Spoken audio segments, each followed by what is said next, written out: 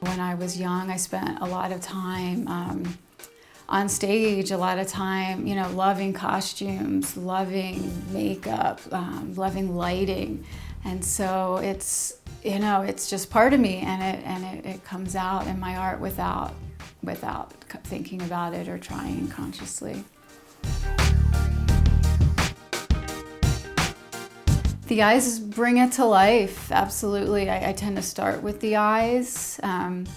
That also portrays the composition, so where the face is in the picture is going to dictate how much of the body I might show. Or I used to doodle faces all the time when I was younger, and it was always started with the eyes, and that's just carried through into my artwork.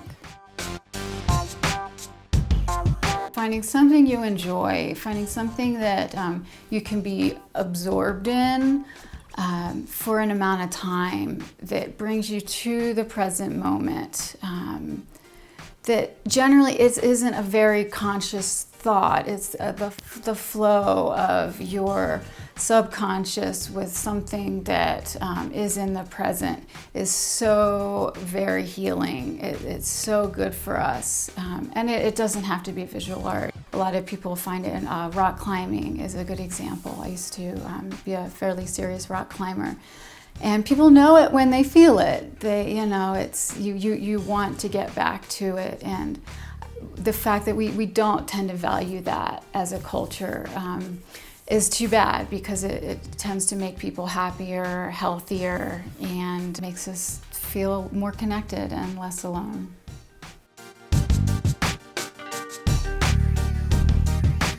My approach to color is very similar to my approach in general, in that the painting takes over. I might start painting and I can be super grumpy. I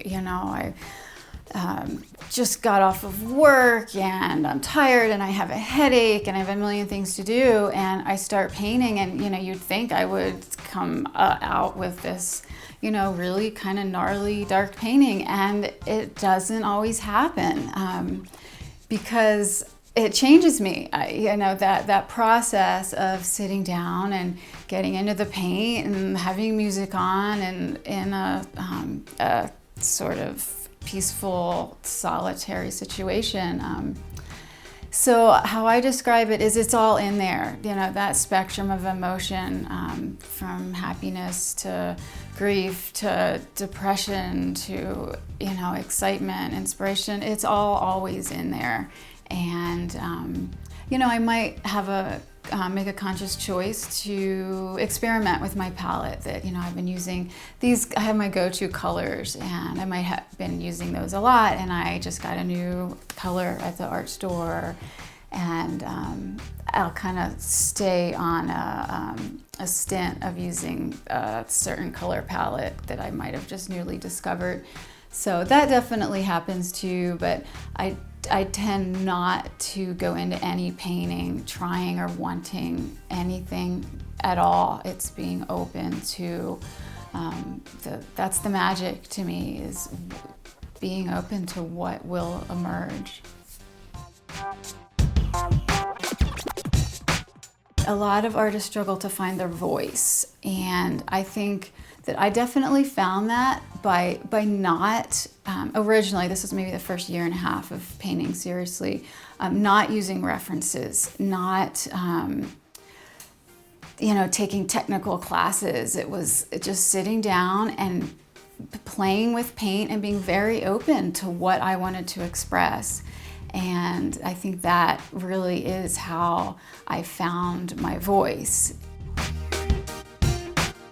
I tend not to talk a lot or write about the feminist standpoint in my work, and it's pretty undeniable. And a lot of females, a lot of women are drawn to my work, obviously some men as well.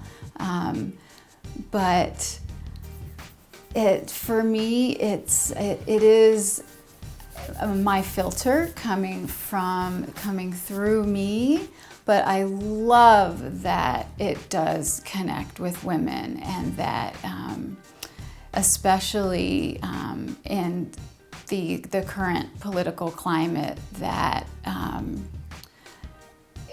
that art is an expression that we can use to voice our power, our strength.